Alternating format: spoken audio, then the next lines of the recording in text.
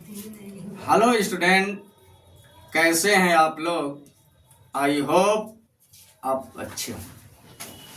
Student, आज हम लोग कक्षा 12 भौतिक विज्ञान से यूपी बोर्ड 2025 में आने वाले संभावित प्रश्नों में से एक ऐसे प्रश्न का हम लोग पोस्टमार्टम करने वाले हैं, बहुत ही सिंपल शब्दों में, सिंपल लैंग्वेज। स्टूडेंट, आज की हम लोगों की हेडिंग है फ्रेंच चौड़ाई नापकर प्रकाश के तरंग दैर्ध्य ज्ञात करना। इंग्लिश होगा determination of wavelength of light by measuring fringe width. आप ध्यान दीजिए, फिजिक्स बिल्कुल आपको आसान हो जाएगा, केवल आप डायग्राम समझने का प्रयास करिए। आप सबसे पहले जो है, आप यहां पे कैपिटल यस आप देखिए, एक प्रकाश स्रोत है। यहां तक आपको समझ में आ गया होगा। एक एक बिंदु पे हम फोकस करते हुए आगे बढ़ेंगे। कैपिटल यस एक प्रकाश स्रोत है और इसके सामने एक स्लेट रखी गई है जिसमें रेखा क्षेत्र आप देख रहे हैं S1 और S2 है, जिसके बीच की दूरी स्मॉल d है और S1 और S2 कैपिटल S से समान दूरी पर है। यहां तक आपको समझ में आ गया। अब आप ध्यान दीजिए, हाइगेंस महोदय के द्वितीयक तरंगिकाओं के सिद्धांत के आधार पर कैपिटल S1 और S2 एक नए तरंग स्रोत का कार्य करेंगे, जिससे द्वितीयक तरंगिकाएं निकलेंगे और ये प्राथमिक तरंगों की चाल से आगे बढ़ती है। यहां तक आपको दिक्कत नहीं हुआ होगा। अब आप समझिए कि S1 से जो द्वितीयक तरंगिकाएं निकल रही हैं, इस स्लेट से कैपिटल D दूरी पर जो पर्दा लगा है, उस पर्दे के बिंदु P पर फ्रिंज बना रही है और S2 से भी जो द्वितीयक तरंगिकाएं निकल रही हैं, वह भी बिंदु P पर फ्रिंज बना रही हैं, जिनका बिंदु O, इसको कहा जाता है केंद्रीय फ्रिंज, और बिंदु O से P के बीच की दूरी क्या है? स्मॉल x है। यहां तक आपको समझ में आ गया हो। आप दोनों किरणों का पथ देखिए, S1P और S2P। देखने से ही आपको आभास लग रहा होगा कि इन दोनों किरणों के पथ में अंतर है, और जब किरणों के पथ में अंतर होता है तो इसी को कहा जाता है बाबू पथांतर। और कोण में अंतर हो जाए, कला में अंतर हो जाए, तो उसको कहा जाता है कलांतर। तो अब समझिए कि S1 से S2P पर एक लंब आप डाल दीजिए। तो S1A आपका जो लंब है, यहां से आप आभास करिए कि S2A क्या है? पथांतर है। यह क्या है? S2A पथांतर है।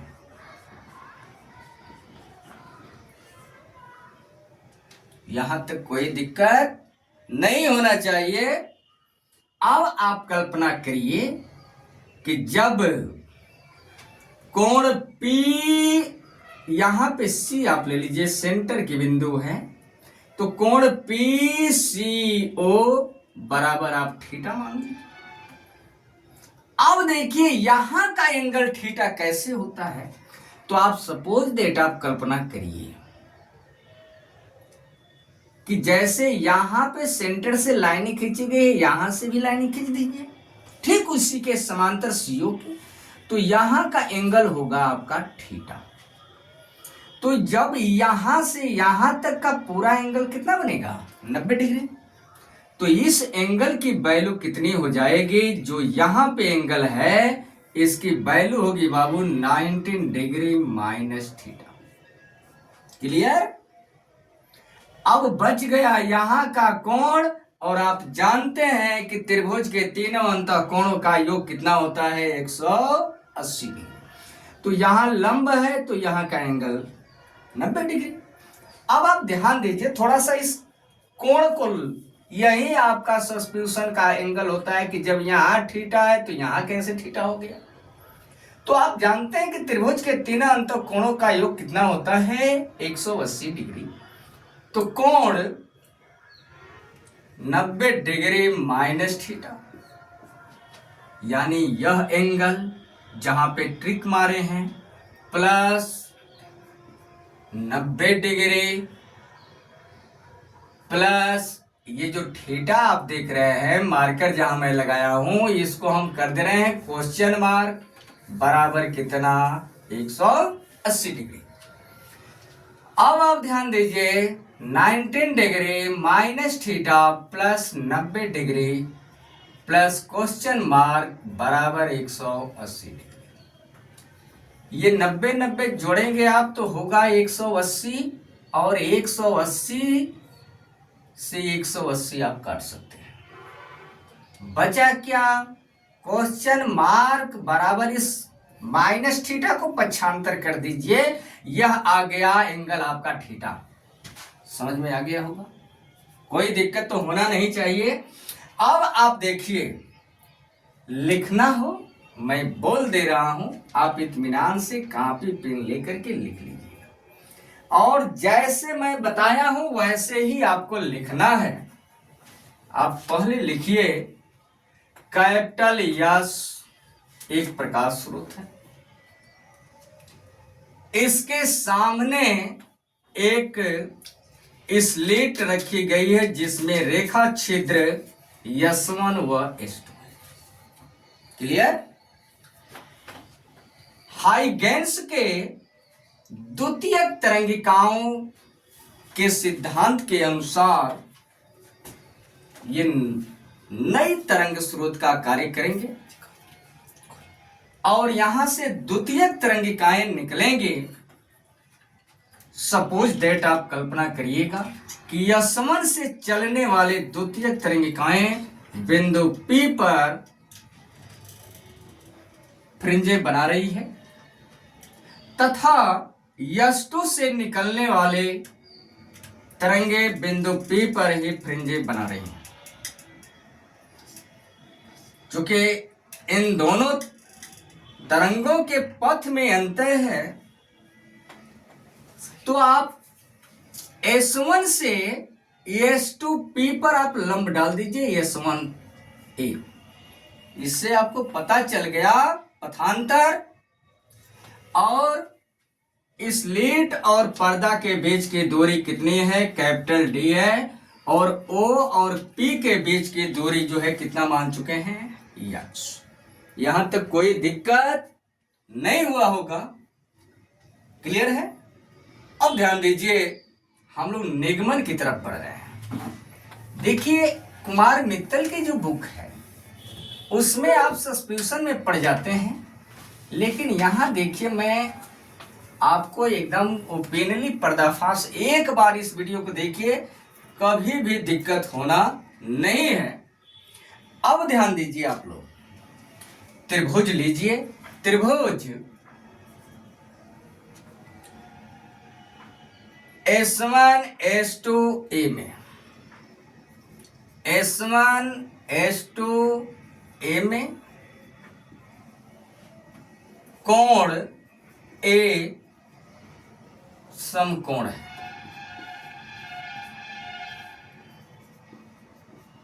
आप जानते हैं कि जब थीटा बहुत छोटा कोण होता है और रेडियन में जब आप मापते हैं तो त्रिकोणमितीय अनुपात हट जाता है, यानी tan थीटा थीटा के बराबर होगा, sin थीटा sin थीटा के बराबर होगा, और cos थीटा cos थीटा जो है थीटा के बराबर होगा। तो अब यहां पे आप ध्यान दीजिए, थीटा बराबर tan थीटा, और tan थीटा बराबर होता है लंब बटा आधार। क्लियर है? आज जिस कोण के सामने के लिए आप लोग त्रिकोणमितीय अनुपात निकालेंगे उसके सामने की भुजा लंब होती है। तो tan थीटा बराबर एक बार मैं लिख दे रहा हूं लंब बटा आधार। अब थीटा बराबर आपका होगा लंब, लंब क्या है S2A, और आधार क्या है S1 S2। अब थीटा बराबर आपको मिल गया S2A बटा S1 S2 की दूरी क्या है स्मॉल डी। इसको बना लीजिए समीकरण 1। पुनः त्रिभुज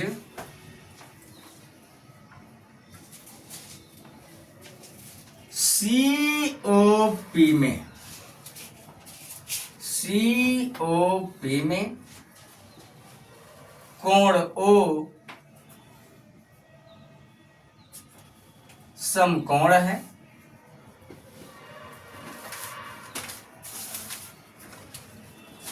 अब ध्यान दीजिए, तो थीटा बराबर क्या होगा साइन थीटा, और साइन थीटा बराबर क्या होता है लंब बटा क्या होगा, एक मिनट, यहां पे आप जो है कि साइन थीटा कर लीजिए,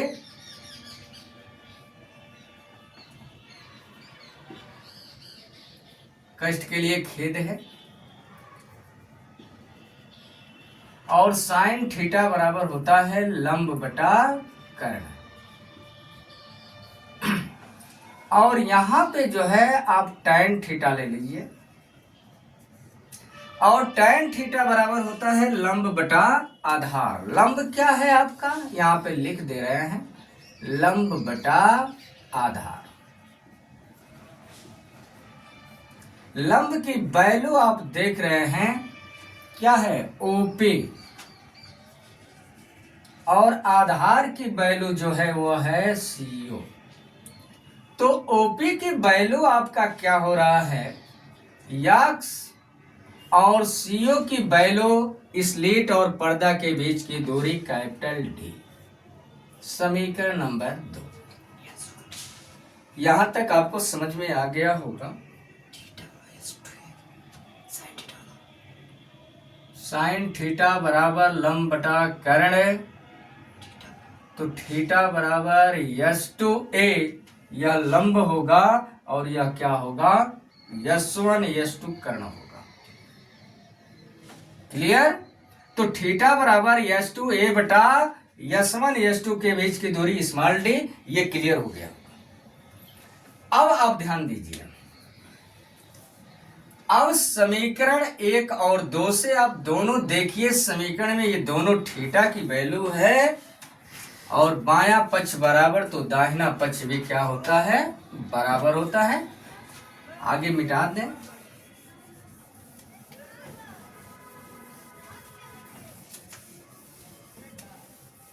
और लिखेंगे समीकरण 1 तथा 2 से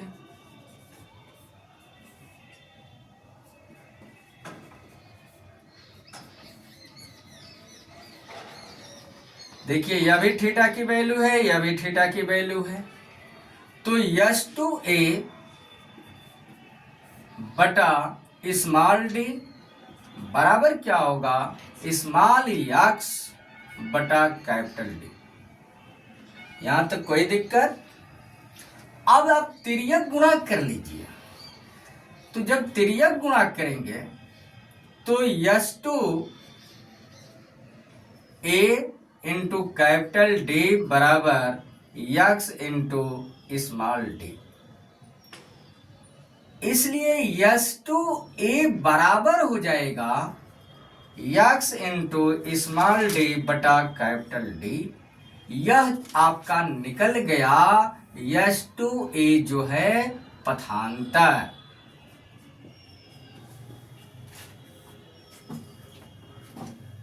अब तक आपने क्या निकाला? केवल आप निकाले हैं पथांतर। अब आगे की पॉइंट मिटा दिया जाए।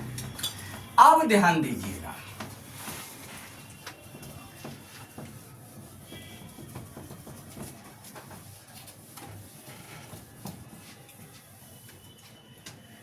अब ध्यान दीजिए, दीप्त फ्रिंज की स्थिति आप निकालिए।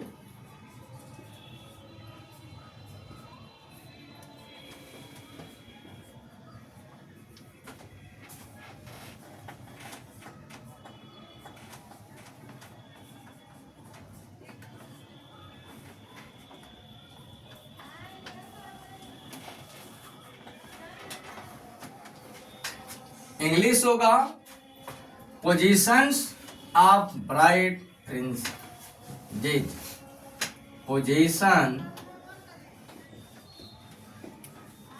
Positions of bright fringes.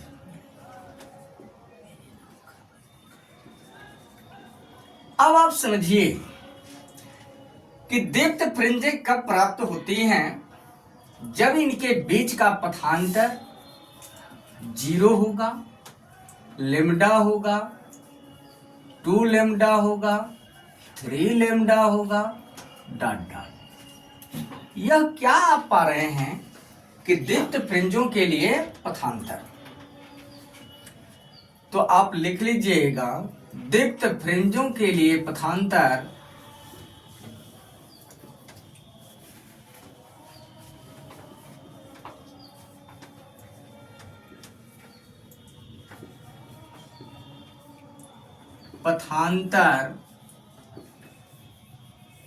क्या होगा? बराबर होगा यम लेमडा। दीप्त फ्रिंजों के लिए पथांतर क्या होगा? M lambda. जहां एम बराबर होगा आपका पूर्ण संख्याएं 0, 1, 2 डॉट डॉट। अब ये पथांतर बाबू आप उठा करके रख दीजिए। यस टू ए, यह भी पथांतर है और यह भी पथांतर है। तो लिखेंगे एस टू स्मॉल डी बटा कैपिटल डी बराबर यम लेमडा। तिर्यक गुणा कर लीजिए तो x into d small d बराबर m into capital D lambda. इसलिए यक्स बराबर आपका होगा एम कैपिटल डी लेमडा बटा स्मॉल डी। और यह जो है एममी दीप्त फ्रिंज की स्थिति प्राप्त हो गई। यहां पे आप ये लिख सकते हैं इसके नीचे कि यह एममी दीप्त फ्रिंज की स्थिति है। इस फार्मूले में कहीं दिक्कत? अब ध्यान दीजिए, इसमें जब m बराबर 0 रखेंगे तो केंद्रीय फ्रिंज की स्थिति प्राप्त होगी। m बराबर जब 1 रखेंगे तो पहली दीप्त फ्रिंज की स्थिति प्राप्त होगी। जब 2 रखेंगे तो दूसरी दीप्त फ्रिंज की स्थिति प्राप्त होगी। ये चीज आपको समझ में आ गया होगा, आप नोट कर लीजिए। इसके बाद हम लोग देखेंगे अदीप्त फ्रिंज की स्थिति। मिटा दिया जाए।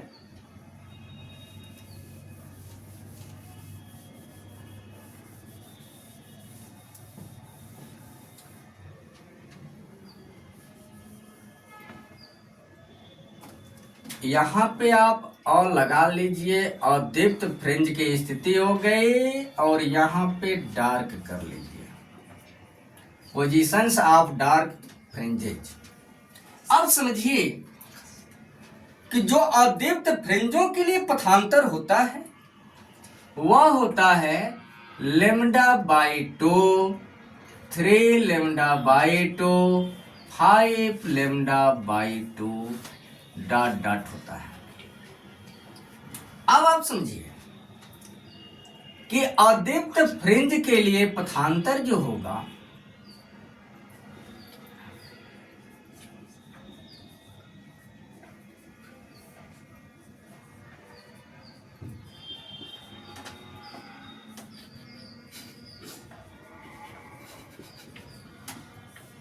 बराबर क्या होगा, यम माइनस 1/2 इंटू लेमडा। ध्यान दीजिएगा, जब यम का मान 1 रखेंगे तो 1 माइनस 1/2 तो कितना आएगा, 1/2, गुणा करेंगे लेमडा में आ गया लेमडा/2। जब 2 रखेंगे तो 3 लेमडा/2। यानी यहां पर जो होगा, जहां m बराबर प्राकृतिक संख्याएं 1 2 3 डॉट डॉट, जब पहला m बराबर 1 रखेंगे तो पहले अदीप्त फ्रिंज की स्थिति प्राप्त होगी, 2 रखेंगे दूसरे अदीप्त फ्रिंज की भी स्थिति प्राप्त होगी, 3 रखेंगे तीसरे की, डॉट डॉट आगे रखते जाएंगे, जो अंक रखेंगे उसकी स्थिति फ्रिंज की अदीप्त की प्राप्त होगी। अब ध्यान दीजिए, ये तो आपका पथांतर है और यह भी बाबू क्या है, आपका पथांतर। अब पॉइंट रखिए, yes x into small d बटा कैपिटल डी बराबर m माइनस 1/2 इंटू लेमडा। तो ये गुणा कर लीजिए इसके बटा में 1 मान करके, तो x इंटू स्मॉल डी बराबर क्या होगा, m माइनस 1/2, और कैपिटल डी का गुणा लेमडा में कर लीजिए, कैपिटल डी लेमडा। इसलिए x बराबर हो जाएगा m minus 1/2 capital D lambda बटा स्मॉल डी। यह निकल गया एमवी अदीप्त फ्रिंज के स्थिति। क्लियर हो गया? अब आपको ये चीज तो पता चल गया। अब हम लोग आगे बढ़ रहे हैं। देखिए, यूपी बोर्ड में या तो अदीप्त फ्रिंज की स्थिति से सवाल आएगा, नहीं तो फिर दीप्त फ्रिंज की स्थिति से सवाल आएगा, और नहीं तो दोनों फ्रिंज के स्थितियों में अंतर से सवाल आता है। पॉइंट को बड़े इत्मीनान से आप देखिएगा। अगली हेडिंग है हम लोगों के फ्रिंज चौड़ाई।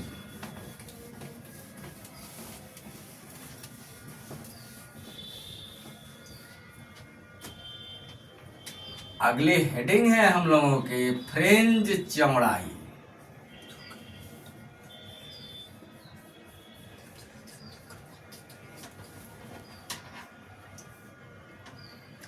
और इसका इंग्लिश होगा आपका फ्रिंज विड्थ।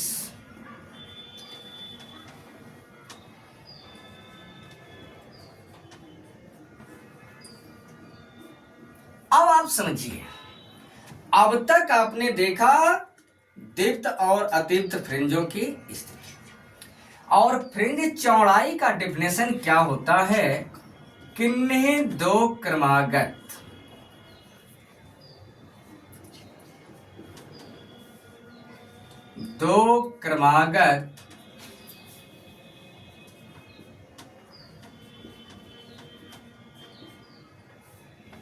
फ्रिंजों के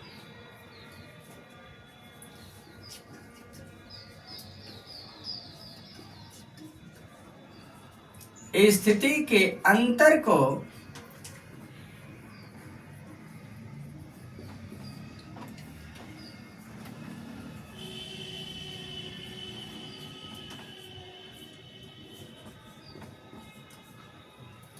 फ्रिंज चौड़ाई कहते हैं।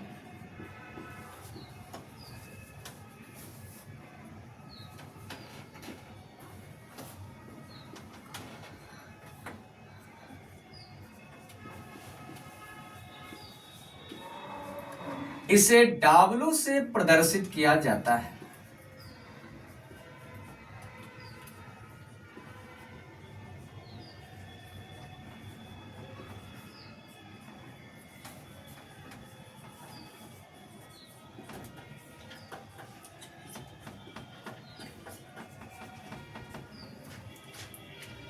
डेफिनेशन आप ध्यान दीजिएगा, किन्हीं दो क्रमागत फ्रिंजों के स्थिति के अंतर को ही क्या कहते हैं, फ्रिंज चौड़ाई।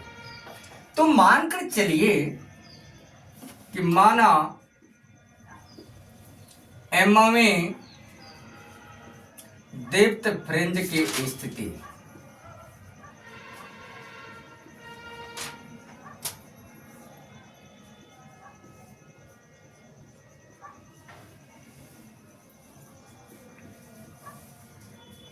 क्या लिखेंगे आप लोग, यक्स यम बराबर अभी आप देखे थे यम कैपिटल डी लेमडा बटा स्मॉल डी, और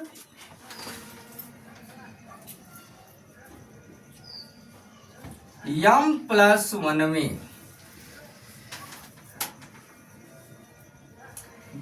दीप्त फ्रिंज की स्थिति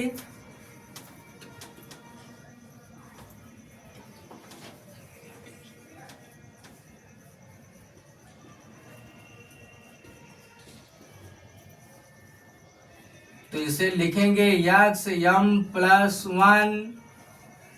जहां पर आप यम लिखे हैं बाबू ने वहां केवल भर दीजिए यम प्लस वन, तो हो जाएगा m plus one capital D lambda बटा स्मॉल डी। इसलिए फ्रिंज चौड़ाई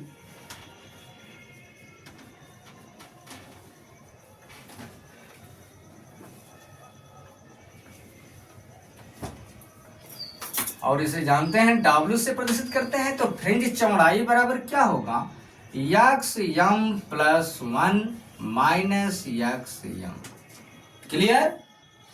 अब क्या होगा, यक्सयम वाली यम प्लस वन वाली वैल्यू करिए तो m plus one capital D lambda बटा स्मॉल डी और minus m capital D lambda बटा स्मॉल डी। अब इसमें कॉमन आपको नजर आ रहा होगा, कैपिटल डी लेमडा बटा स्मॉल डी आपका कॉमन है बाबू, कॉमन निकाल लीजिए। तो क्या होगा, कैपिटल डी लेमडा बटा स्मॉल डी जब कॉमन निकालेंगे, कॉमन का मतलब होता है भाग देना, यहां से बचेगा यम प्लस वन और यहां से बचेगा माइनस यम, या m से यम कट जाएगा और W बराबर तब आ गया फार्मूला आपका कैपिटल डी लेमडा बटा स्मॉल डी। यह निकल गया फ्रिंज चौड़ाई। क्लियर हो गया होगा, नोट कर लीजिए, इसमें कहीं दिक्कत तो हुआ नहीं होगा। अब देखिए एक लास्ट हेडिंग आपकी बचती है, वह है क्या, कोणीय फ्रिंज की चौड़ाई।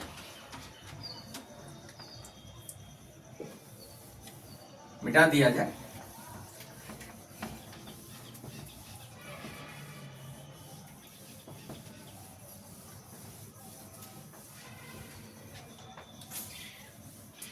कोणीय फ्रिंज की चौड़ाई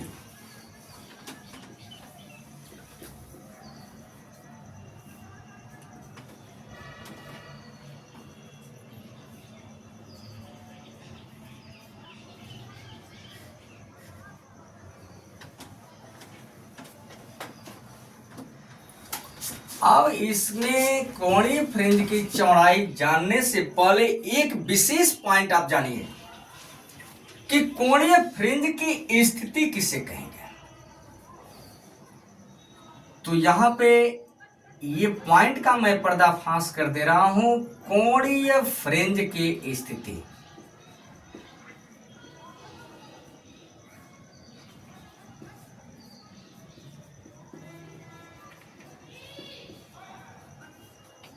इसका डेफिनेशन आप पहले जानिए, इसके बाद कोणीय फ्रिंज की चौड़ाई आप निकालेंगे, एंगुलर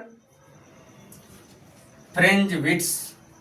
अब याद करिए कोणीय फ्रिंज की स्थिति क्या होगी, आप जो है कि जानते रहिएगा, फ्रिंज की स्थिति, फ्रिंज की स्थिति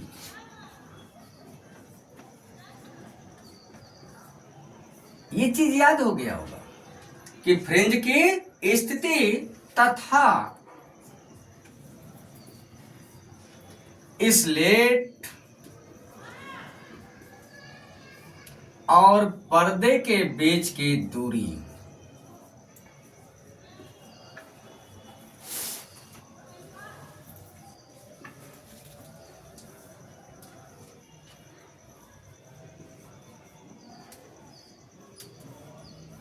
के अनुपात को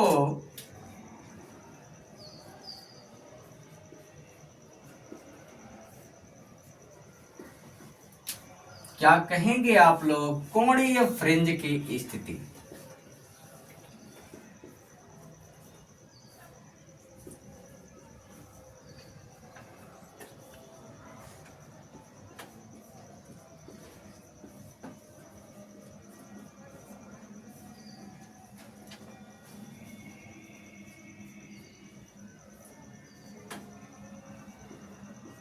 जिसे थीटा से प्रदर्शित किया जाता है।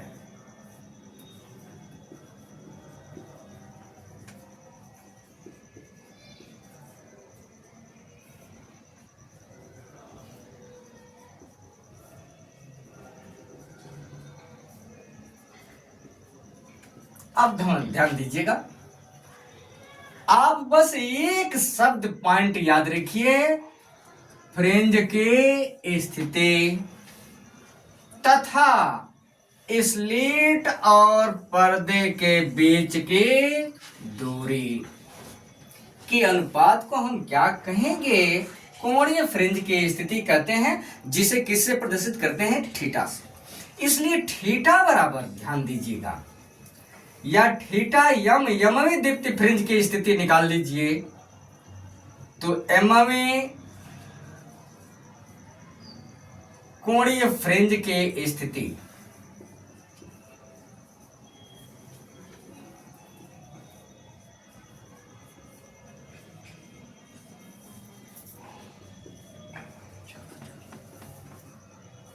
क्या होगा? थीटा यम। तो यमवी कोणीय फ्रिंज की स्थिति देख रहे हैं, तो फ्रिंज की स्थिति क्या लिखेंगे आप लोग? यक्स यम बटा में स्लिट और पर्दे के बीच की दूरी। तो थीटा यम बराबर आपका हो जाएगा, यक्सयम फार्मूला अभी आप देखे हैं आया था क्या? एम कैपिटल डी लेमडा बटा में स्मॉल डी। तो ये तो आपका आ रहा है किसका? ये एक्सयम की वैल्यू है। अब बटा में क्या है? कैपिटल डी है। यहां लिख दे रहे हैं एक्सयम बराबर यम कैपिटल डी लेमडा बटा स्मॉल डी। अब एक पॉइंट और आप ध्यान दीजिएगा, न हो तो मिटा दें, चलिए फिलहाल आ जाना चाहिए। तो थीटा बराबर आपका हो जाएगा यम कैपिटल डी लेमडा बटा में small D into capital D. ये डी से डी आपका कटेगा और थीटा बराबर आपको मिल गया एम लेमडा बटा स्मॉल डी। यह निकल गया कोणीय फ्रिंज की स्थिति। यह किसका फार्मूला है? कोणीय फ्रिंज की स्थिति निकल गई। अब एक पॉइंट और विशेष करके आप ध्यान दीजिएगा, अब हमको देखना है कोणीय फ्रिंज की चौड़ाई। अब इसका डिफिनेशन क्या होगा? बहुत ही इंपॉर्टेंट लॉजिक, परीक्षा में बार बार पूछा जाता है।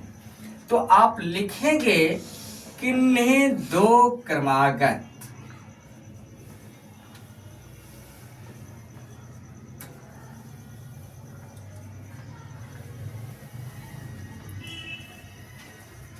कोणीय फ्रिंजों के बीच की दूरी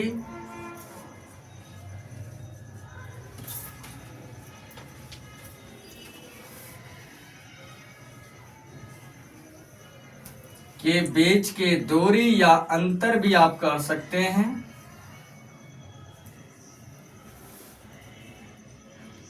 को कोणीय फ्रिंज की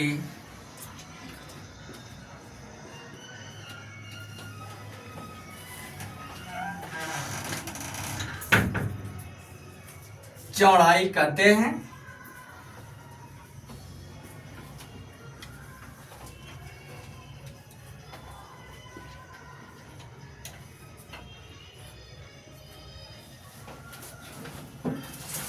अब आप ध्यान दीजिएगा, कोणीय फ्रिंज चौड़ाई यहां तक आ गया आपको, और आप जो है ध्यान दीजिएगा तो दो क्रमागत आप जो है कि दीप्त और दीप्त फ्रिंज की स्थिति आप देख रहे हैं, इसलिए कोणीय चौड़ाई थीटा से नोट कर लीजिएगा। तो फिर क्या होगा, माना एम्मा में कोणीय फ्रिंज की स्थिति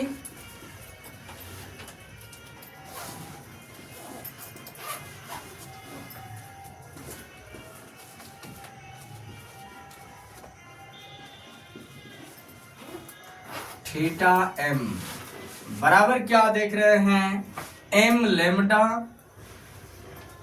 बटा स्मॉल डी, तथा एम प्लस 1 में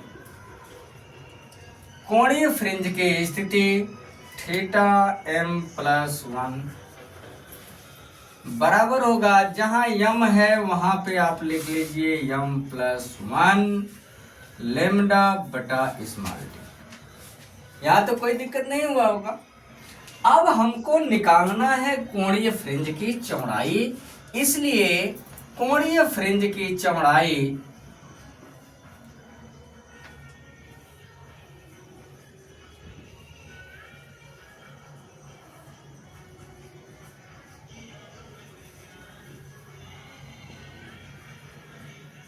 थीटा बराबर theta M plus 1 minus theta M plus theta M.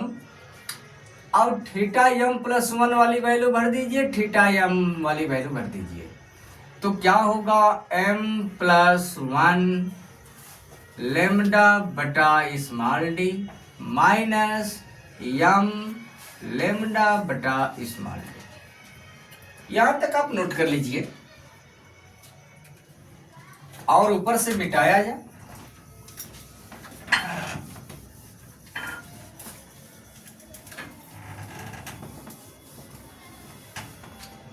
अब इसमें क्या कॉमन मिल रहा है, लेमडा अपान स्मॉल डी, लेमडा बटा स्मॉल डी आप कॉमन निकाल लीजिए, तो बचेगा क्या यहां से, यम प्लस 1 और यहां से बचेगा माइनस यम। यम से यम आपका प्लस और माइनस की वजह से कटेगा, तो थीटा बराबर आ गया लेमडा बटा स्मॉल डी। यहां तक आपको समझ में आ गया होगा। एक इंपॉर्टेंट आप नोट लिख लीजिए,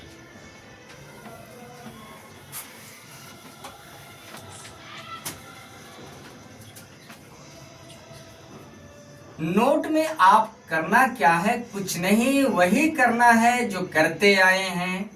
अभी आप देखे हैं कोणीय फ्रिंज की चौड़ाई W बराबर आप निकाले थे कैपिटल D लेमडा बटा स्मॉल डी। क्लियर हो गया।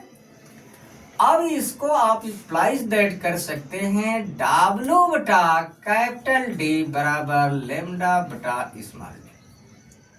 यह फार्मूला कब लगेगा कोणीय चौड़ाई का, जब तरंग दैर्घ्य दिया हो और स्लेटों के बीच की दूरी दिया हो तब। लेकिन कभी सवाल में फ्रिंज की चौड़ाई दिया हो, स्लेट और पर्दे के बीच की दूरी दिया हो, तब थीटा बराबर यानी कोणीय फ्रिंज की चौड़ाई थीटा बराबर क्या देख रहे हैं, लेमडा बटा स्मॉल डी, और लेमडा बटा स्मॉल डी की वैल्यू क्या है, W बटा कैपिटल डी। तो जहां पे जिस तरह से क्वेश्चन आपके सामने आता है उस तरह के फार्मूले का वार करिएगा। यह नोट नंबर 1 है। और नोट नंबर 2 कई बार यूपी बोर्ड की परीक्षा में पूछ चुका है क्वेश्चन के कालांतर और पथांतर से संबंधित क्वेश्चन आता है। तो आप ध्यान दीजिएगा, कालांतर बराबर होता है 2 पाई बाई लेमडा गुणे पथांतर। अब इसमें ध्यान दीजिए, दो ही पॉइंट एकदम है। कभी आपको कालांतर देगा तो पथांतर पूछेगा, पथांतर देगा तो कालांतर पूछेगा। ये फार्मूले पे सवाल बार बार यूपी बोर्ड में आता है, बाबू इसको भूलिएगा मत। धन्यवाद। स्टूडेंट, यदि आप चैनल पर नए हैं तो चैनल को सब्सक्राइब करिए, लाइक करिए और कमेंट में अपना विचार जरूर व्यक्त करिएगा। यह वीडियो आपको कैसा लगा? धन्यवाद। Best of luck.